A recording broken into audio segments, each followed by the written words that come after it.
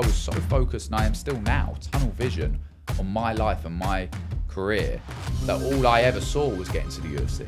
I'm prepared for war. I'm prepared to go in there, break both my hands, both my feet. I don't care what comes out. As long as I win, I don't care. And however big I get, I don't want to change. And I think the people around you keep you that way as well. Yeah.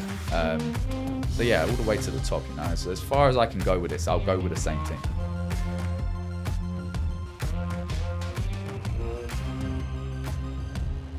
You all packed? Bag packed? No. I train a small. I'll pack after this. I ain't got to pack that much because I get a load from the UFC anyway.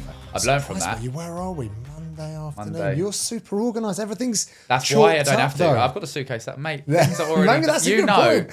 Everything's in place. Like I've got packing 5 till 6. Everything's in place. Everything's good. I've learned now. I feel like I'm getting pretty comfortable with the UFC. Like in the fact that, like when you first got to Brave, you figure things out with the UFC. Yeah. I used to pack so much shit, like to look good at. Like, yeah, I know, but then I get a bag full of stuff and I've got to get it all back. So now it's like... Good point, yeah, because they give you a load of kit each time, don't they? I mean, like a full bag, as in I could go probably with boxers and socks and I'd be all right when I get there. Right. Like, that's how much stuff they give me. So it's a bit of a... Y fronts and socks, isn't it, you? Tights, So yeah, it's pretty easy. Get the stuff from there, pack up this evening, fly out tomorrow. I have to pack in one hit. I can't come back to it. I can't do a bit in the morning and a bit in the... I've got to do it all in one go. Yes, so. Little travel tip for anyone else. I've already got my outfits laid out, mate. Oh, yeah? Yeah. Well, I'm in white suit? Monterey gear all round. No suits this time. Post-fight Monterey celebration haven't suit? got a suit yet, so... Oh, maybe you can change that. I might hook them up for a suit. Yeah? Yeah, all sorted. Boxers and socks. Can't go wrong with boxers and socks. And that's it. All I need. That's all you need. And a gum shield and a fucking groin guard. That comes on the flight with me. I take that in my hand. Like, I don't take no risks. I need them 2 things. I'll survive the rest. As long as I can fight, I don't care about anything else. Yeah. I get it. So, I mean, I've seen you around. We're both from same town, same team. But the wider UFC audience haven't. What's happening, Sam? Where you been? Why have I been? Why have you been sitting on the sidelines all this time? I thought the couch was comfy. I thought I'd sit now. It's mate, honestly, you know me. As long as I'm healthy, I want to fight, and I've been healthy. From the last 3 fights, I've been very fortunate to come out the fight pre-injury free. And I've been asking. That's all I can do, really. I can't force the UFC's hand or anything. I've been asking for fights. Yeah. I've been in the gym. There's 2 ways of looking at it, and I try to look at the positive side of things. It's a blessing in disguise. The longer they leave me out, the better I get. It's not like I sit on the couch. I'm in the gym twice a day. Yeah, you are. Regardless of a fight. Yes, the intensity goes up to get me in fight shape, but I am improving all year round. So if look at my last 3 fights, there's been 6 months apart between them. I don't want that, but I can easily look at negatively and sit on the couch waiting for a fight, or I can be in the gym getting better. So every time you see me, which you see improvement. I am not the same guy, and I won't be the same guy I was back in March when I fought. Like, come this weekend, everyone will be saying it's a whole nother level, and that's because I spend all this time in the gym. Realistically, ideally, I would have liked to be out a lot sooner, but the UFC have a plan. I believe that, and maybe it's a blessing in disguise. Because if I would have been fighting so frequently, I would have been maybe rushed to top 15. This steady pace might be the better option. I'm only young, I'm 29, so yeah. And there's probably going to be that period of time, and I hope for you as a friend and a fan of the sport that things do suddenly turn, and then it's like go, and you're in that weight class where they do take a little bit more time. If you were a heavyweight, of course, yeah, right, they're or even light heavyweight. You look at some of the guys I've seen fighting 3-4 times already this year. Well, look at Modestus. I mean, the guy that you trained with back in the day. He's now he's 4th fight, is it, this year? 3rd or 4th? But he's, good on him, man. I never look at like people and go, I wish I had that. But it's divisions as well. Like you said, light heavyweight, they can turn you around quicker, especially if you're injury-free. Because I don't feel there's that many of them. Oh, no. So they need to match them up quickly. I think there was like 30 heavyweights on the roster. So like he come out one of his fights and he was already booked for the next one. I wish it was like that for me, but like you said, in the division I'm in and how stacked it is, maybe the slow road is better for me right now. Yeah. And I look at it like that, and I spend the time in the gym getting better. So when it does switch and take off, I'll be ready for it. What kind of stuff have you added to your game? And I guess the immediate follow-up would be, with whom have you learnt it from? Like my whole I pride myself on being a mixed martial artist. So it's not like I go away and I just work on my striking, or I'm trying to be the best mixed martial artist there is. So I've been evolving my grappling, my striking, traveling to Renegade once a week, training with like Fabian, Jai Herbert, the guys down there, Leon, has helped massively to my game because... Tell me about that then. Why? Because it's easy to say, and we can say, oh yeah, Fabian now the champion, Leon the former champion. So their credentials, but not all of those guys necessarily make good coaches. And sometimes a lot of people are out for themselves, don't want to share the secrets. Yeah. But that's the thing. I don't feel like they like that down with me anyway. I don't know if it's for everyone, but I go down there not with an ego of trying to beat the guys in the room and then leave. I'm down there. I'm just trying stuff out, picking people's brain. I've always done that as well. Everywhere I go and train, I'm always picking people's brain, asking questions. And I think I wind Dave up enough. I still ask him questions every day. And down there, it's the exact same. I love going down there. I love training with the guys. And it's like chess down there with them because we've got a similar level, as in like we're all fighting at the highest level. It's like playing chess. There's no massive... I don't feel like there's an ego as in like I'm going down there trying to knock Leon out or Fabian out to build myself up. I'm not doing that. I'm just down there to learn and get better. And then I go into a fight and I look 10 times better. So it's helped massively for my game. I enjoy it down there. And yeah, I can't complain really. And actually it helps the team as well. And our coach, Coach Dave, has always had an open mind where please go out, explore. Yep. And if you don't mind, bring it back and share with us. And I've been across a couple of classes where you've done certain drills which you've learned from the guys at Renegade. Yeah. And it really makes sense. Yeah, and that's what I think is like improves the game, especially if you're not learning rubbish, you learn good stuff. I like passing on. I like Dave always. You go to our gym as well, Team Crossface. It's like everyone's different. There's no, we don't all fight the same way. We don't all stand a certain way, throw a jab. So everyone's different. Everyone's got their own, and that's what mixed martial arts is. Everyone is different, and Dave, as a coach, allows me to do that because he allows me to go to these places, learn from different people and bring it back, and we work off things. We ask questions. We figure things out as we go, and that's helped massively to my game because instead of doing structured this jab cross hook, it's like being free and allowing you to express yourself is massive. And I feel like it's like that down there as well at Renegade, and I enjoy that, going down there and picking people's brain and just improving. Really, that is all I've ever wanted to do. I love this game for that reason, and the day I stop improving is probably the day I stop. Because that's when you get figured out. So want to give a nod to someone else in the team who I call him the captain, Charlie Leary. He's plus 30 fight pro, very quiet guy. There's a lot of guys on our team. I think it's not a massive social presence from any of you, you included, if you don't mind me saying. That's true. You're all there working really hard at your craft and then showing out on fight night. And Charlie was one of those guys, much like you know exactly what's going on at all times with everyone. But the world doesn't necessarily need to know about that.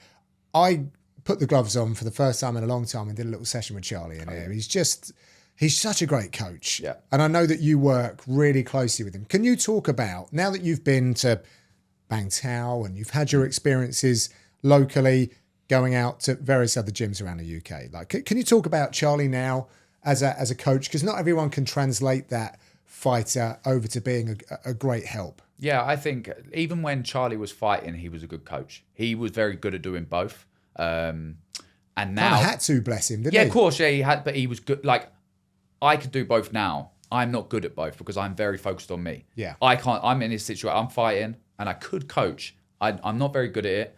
I personally think, I don't think I'm very good at it. I don't enjoy it. He was always good at it. He was good at coaching and fighting. And now he's like finished fighting. He can really focus on the coaching side of things. And I think it's a blessing for me to have like the guys, everyone I've been with, they've known me since I was like 18, like a kid. And they built me into the person I am today. So as much as some of them probably hate it, how I've turned into, and some of them love it, because they used to beat me up every single day, they built me into who I am today. Right. And all the mistakes, because everyone's a bit older than I am, all the mistakes they've made along the way, I haven't had to make, because they've kind of like told, all right, we don't need to do that because we've done that mistake. You don't need to make it. So yeah, it's a blessing for me to have like Dave, Charlie, and the whole team down. We have a quiet team, not a quiet team. It's just like we're not on socials being like social media fighters, which is good if it works for you. It's just not who we are. We have the banner in the gym and just wind each other up. But I've got a great team around me, like of everything I need, as you know personally. Being in the room, it's just what I need. It might not work for everyone. Some people like Bangtail, you go to other gyms, you're a number in a room of a big room, which is great because you're going with killers every single day. Me personally, I work better with those finer details of a coach looking at me going, you're doing this wrong. You might not get that when you're a bit in a big room with killers. You're making them mistakes and no one's picking up on them. I have that. So, yeah, I am where I am today because of the team. I've got no illusion of that. I thank them every day. I beat them up every day because they used to beat me up every day. But yeah, like I said, they've known me since a kid. So they have built me into this man I am now and more of a mature adult. So yeah, it's all coming together pretty well. Yeah, no, it's good. And I know you don't share your personal life too much, but I'm going to make you sort of uncomfortable now.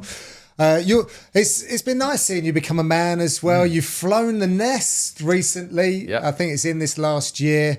And I would imagine that's great for your self-development and fulfillment, but it also now puts a pressure on because some of the things that Coach Dave and I used to joke around with you is life outside of the gym was slightly more straightforward because you designed it that way for a reason. Yeah. Now you have a mortgage and your wonderful missus who you've been with for a long time, very much by your side, but you guys, even that we were speaking earlier, you got the dog, you had to redo the flat. Like things are now in all aspects of your life moving on.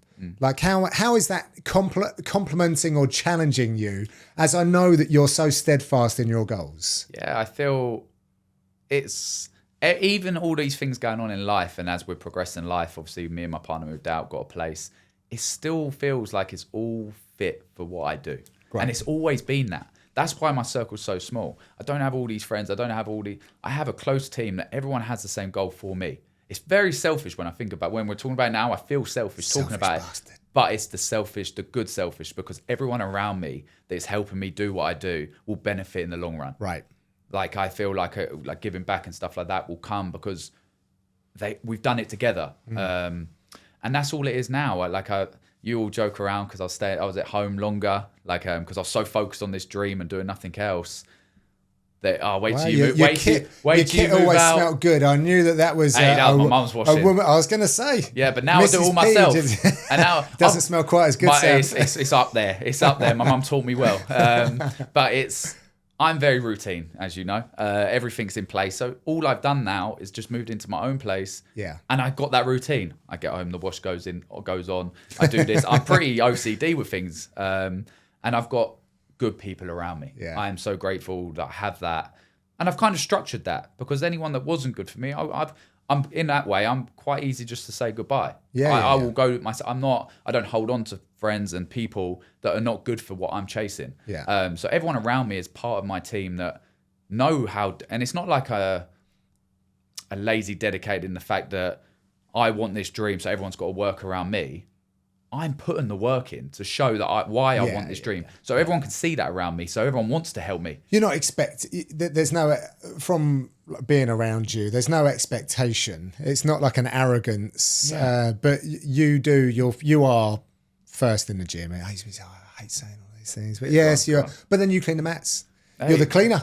They would never let me change. And my parents would never let me change. So it's not just, that's what I mean about everyone around me, inside and outside the gym. The people outside the gym, my parents, my missus, I don't talk much about it because it's personal to me, and I keep my work life and personal life separate. Yeah. But everyone around me keeps me They hold you accountable. Yeah, like my parents would never let me change. Like, they're Northern, I'm telling you. My parents, they never let me change. Like, if I went in all arrogant and thinking I was the man, had a bit of money because I make a bit of money in UFC or something, they would slap the hell out of me and just like, and then Dave in the gym, he'll give me the mop. I mop anyway. Like I don't want to change. However big I get, I don't want to change. And I think the people around you keep you that way as well. Yeah.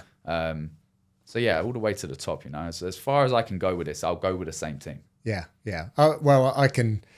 If there's anyone that you get, well, I'm just saying, I've been lucky enough to, you know, I guess in my respective field, I've achieved a certain level. I hate saying it, but it sounds a bit wanky, but yeah, a certain level of success. But I come into the gym, if I open my phone to do something, you guys check me real quick. And but that keeps us all like that. Of course it does. And it's that push, like it's nice. And who you are, and the things you've done for me personally, it's helped me as well. like along the way. Like again, you've known me since I was a kid. Like since I started at Crossface.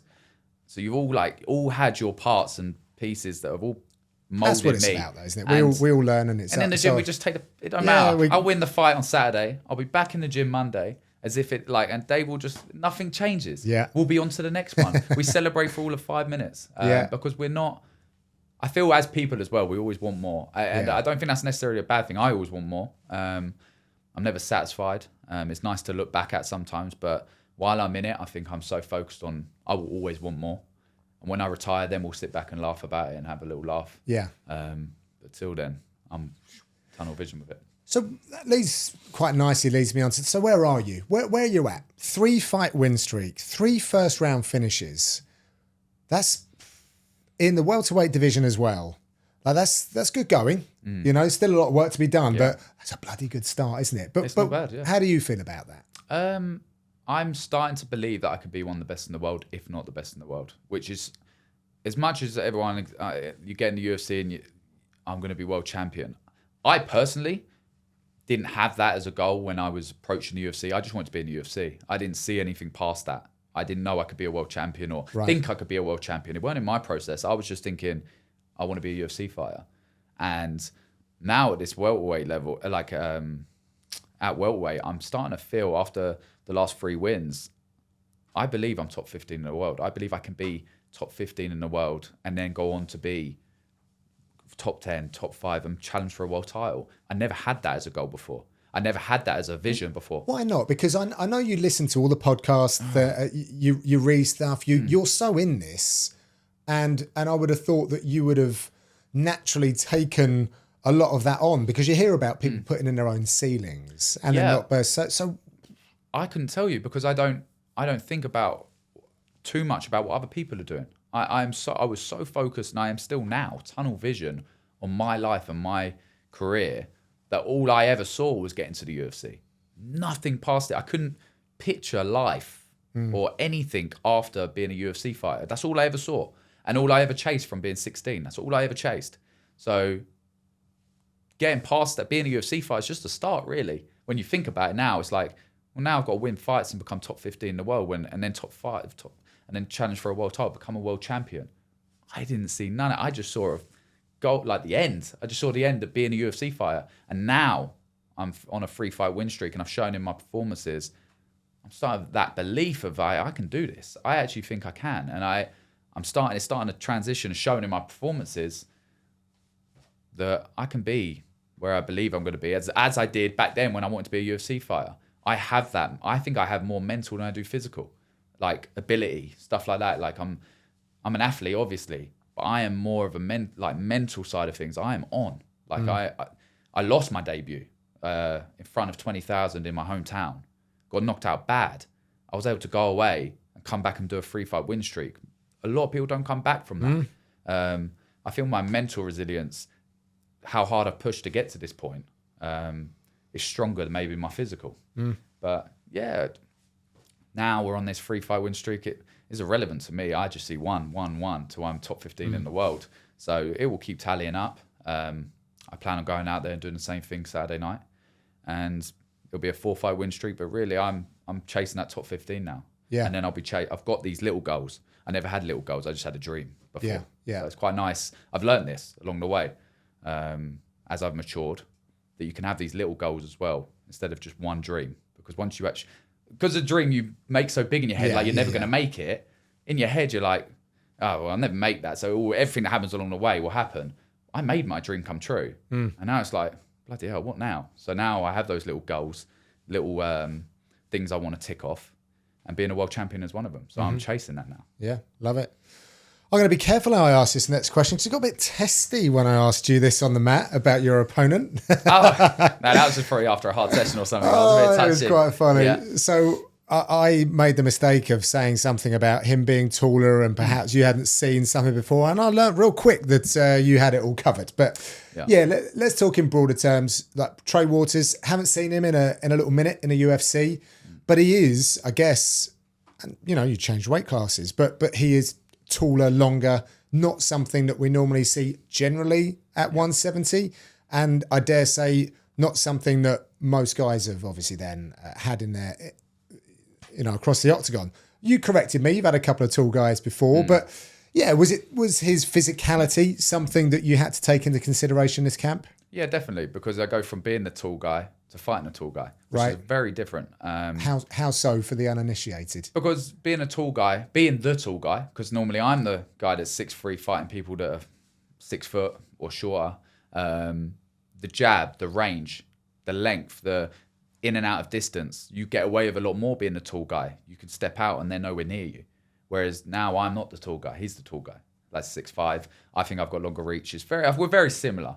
But now I'm fighting someone that can match my ability in the length. Okay. If he knows how to use his range, which from his fights I've seen, he understands range, he understands his length, and so do I. So it makes for a good matchup, and that's the stylistic thing that I've had to deal with is understanding and putting into my this camp is understanding someone else understands the range as well. You're not the only guy that understands being a tall guy. Yeah. And yeah, it's been no problem. I adjust very well. I'm like a sponge. I learn very quickly.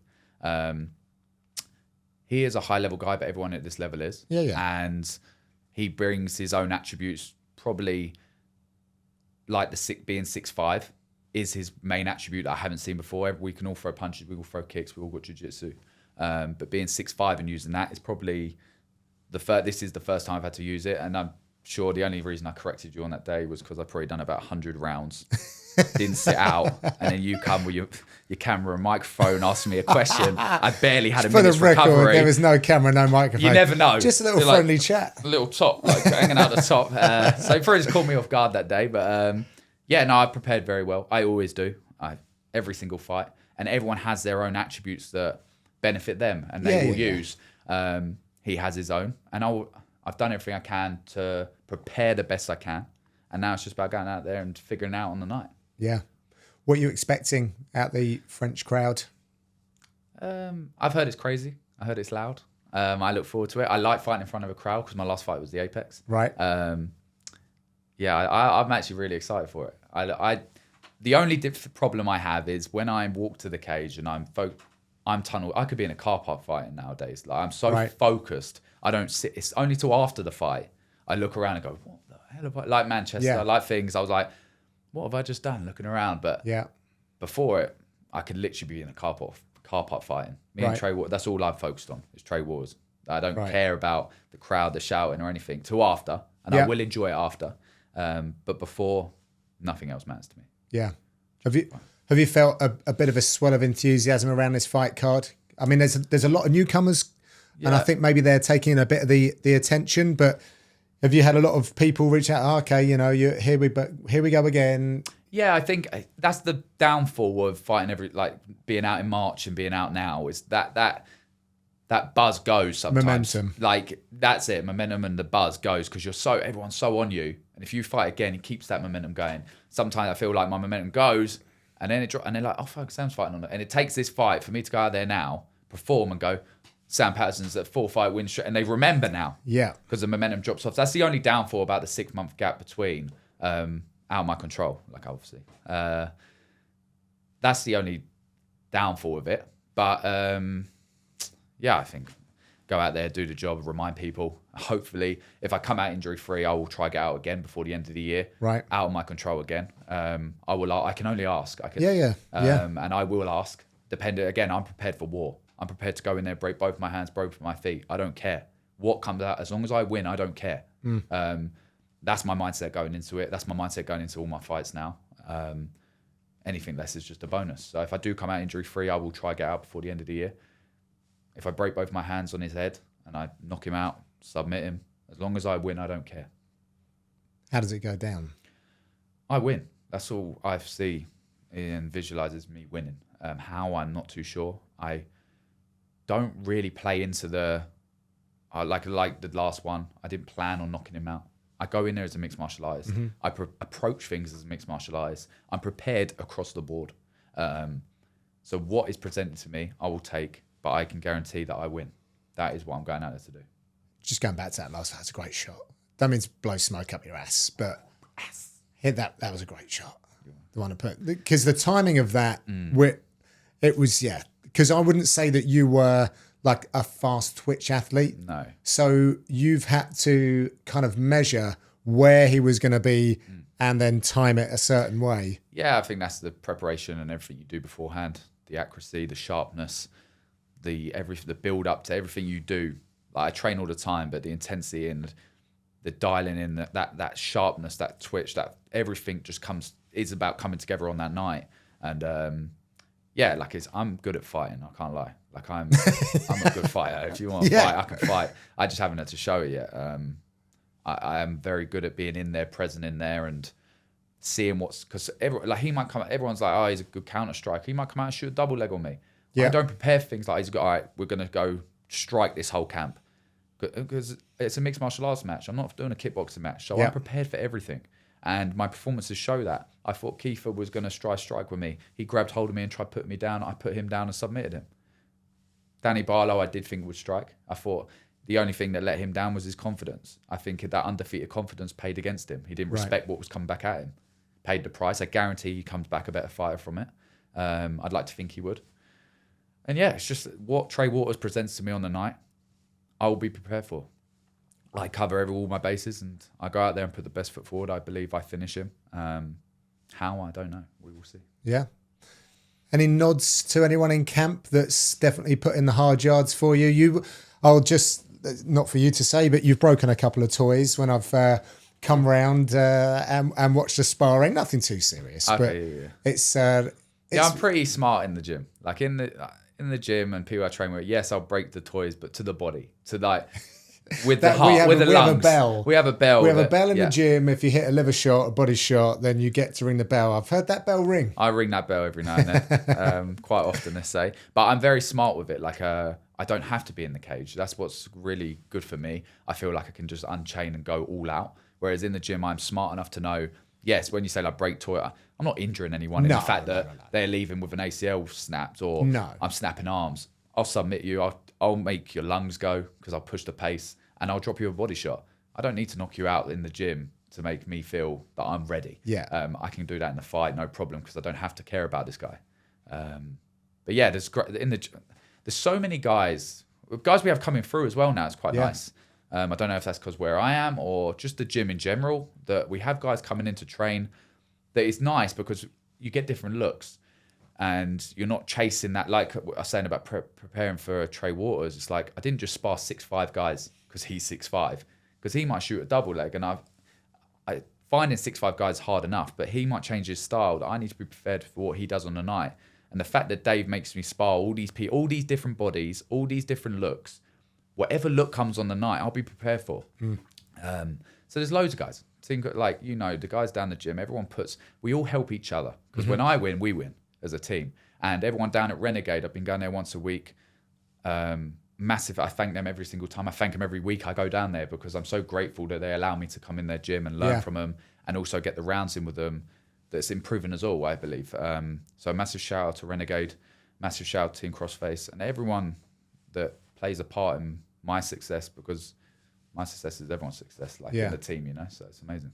Yeah, let's have a little shout out for Fabian as well with that. Oh man, how mad was that with the timing and the 3 years to the day? Was it? Yeah, no, it is incredible to see. And a crazy story. I don't think you'll mind me saying this, but 3 weeks before that fight, he was showing me that technique for me to learn. Like he was showing me how he feints, but literally feints before, like show a feint, Sam, then go right. It was for me because I'm right-handed. Right kick. Yeah, he was showing me that technique 3 weeks before, and he went out there and done it. And then the fact that his brother done it 3 years. Oh my God. To win a belt. In my head, I was watching, I was like, this is like movie stuff. It is. So I messaged him congratulating him, and the fact that I was saying to Dave, because we come in the gym, and he was showing me that technique 3 weeks ago, and he's managed to go off and pull it off in the cage. Yeah. For a world title. It was incredible. And it's so nice seeing. Like, I feel like as you train with these people, you get to know them a little bit more. Yeah. It's really nice to see. He's got an incredible story, Fabian. Yeah. Both of them, both him and Leon. And from what I can see, great coaches, great minds for the sport. Yeah, and that's it. They never hesitate to show and add them little bits and help me out. Yeah. When they're in the room and they see me sparring, it's very nice. Like they're not just, like you said, there is people out there that just say nothing because you're not actually part of their team. Yeah. But they don't. They've always helped me. Fabian's helped me literally in the build up to his biggest fight, really. Yeah. Was helping me prepare, giving me tips. And all of the guys down there's a great bunch of, like in our gym. Yeah. You couldn't name everyone because now you're getting, like, it's very hard. There's so Yeah. many good people. But the whole team down there, the whole team at our place, it's amazing to see. Who's in the corner for this one? Same corner I've got every single one. I've got Dave, Charlie, and Kelvin. K-Dog. Yeah, Kelvin's in my corner every time. He's like my. He's been with me again. Another guy he used to pick me up from mine, drive me 4 hours to Bolton to have a fight, and drive me home 4 hours from Bolton when I was an amateur, and didn't ask for a penny. Just a good. He's such a good guy. Just like, and It's like a good mascot, isn't he, for the team? And he goes everywhere I go for fights, and I like having him in my corner for my own personal reason, because my dad unfortunately can't make it to my fights and stuff. So having Kelvin there and seeing how happy he is reminds me how happy I am. Because sometimes you get caught up in this, like fight week, you're about to go into a fight, you get like quite serious and like you get tense. Like, and it's understandable because I do it. 100%. But when I look at him, just for a split second, the joy. I see how happy he is to be there, because he has no job he doesn't hold he does nothing, like he's just there not a martial arts to be coach, a part of the team. He's not one of my coaches is in that way. He's just there to remind me how happy I am to do, because I love this shit. Yeah. I really do. And like you see me in the gym, I'm always smiling, always happy, because I do truly love what I do. So when those moments where I feel like I'm getting a bit, maybe the weight cut, maybe I'm a bit pissed off, or I'm about to, I need to psych myself up, I look at him and go, why? I choose to do this. I love what I do. Yeah. And that reminds me. So he's in my corner for that reason, personal reason. That's why. And then Charlie obviously is like, he likes to call himself the striking coach. He's he holds the pads for me. We work techniques and we bounce. We've been with each other for so long now. Yeah, main sparring partners. Yeah, largely like as for well. years. Like we've been pushing each other. He understands me. I understand him. And there's no like, as much as they're coaches. Like Dave's my head coach. Dave says jump, I say how high. But at the same time, I can go to Dave and ask questions and make him ask a question that makes us both like bounce off each other to learn it and like improve my skill. And same with Charlie. I'll go, he holds pads for me, puts his body on the line on them pads. I tell you, when I'm hitting the body shots, when I hit full power, he's got this body shield on. He's sweating more than I am after a session. It's brutal. But we bounce off each other. There's no, you do this and that's it. There's no, I ask questions, we bounce. Oh, but what if I don't? And then that's how I'm improving, because I'm always asking questions, and they're not as in the coaches that go, no, just do what I said. Like, don't ask questions. Like, this is the way. Like, they know it. No, what if I do? And that's how we bounce off each other and get better. So my corner team, like I said, my whole circle. Yeah.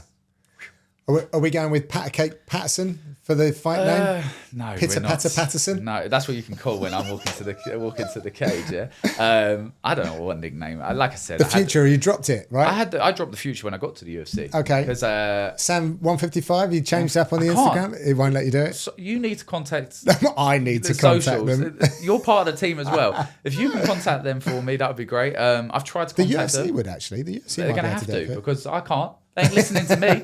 I've been asking to try and change it to 170, but I can't change it. It won't happen. No fight name. No fight name, just Sam Patterson. Till one. I can't pick my own fight name. That is embarrassing. I ain't going out there, Sam the man. Sam the man. Patterson. You said it. But You said I that. can't be doing that. My mum We called me didn't- Sam the man. That's Oh, right. is that? Yeah. You change it up and we know. But I Sam can't. the man. Sam the man. But I can't be doing that. So no nickname for this one. No you never know. I nickname. might surprise you one day. Walkout tune. You got that? You don't You have to tell us, but it's I'm all. not telling you. I can't tell you that, John. You can get a scoop because I know you. Yeah. Look. You're using our relationship here. No, I got it all sorted. Yeah. And But again, is it something just relevant to the camp, or is yeah, it? Okay, it always cool. is. For me personally, there's not one thing, or I don't have the same song for like Superstition or anything like that. Something clicks in the camp, like music wise, a theme or something. I go, that's a tune, and it gets me going. And I've done that for all my camps. Maybe that's Superstition. Maybe I do that as a superstitious thing, Right. but I don't try to be. I don't have the same walkout song. Something clicks, and I go, yeah, that's all right. Let's do that. And I barely hear it because I'm so focused. I don't really care for it. Yeah. But when I know, my team know that that's the song that's been going. Like when it plays, Dave will know that that's the song that's been going Time to on go. in camp. It's go Yeah. time. Yeah.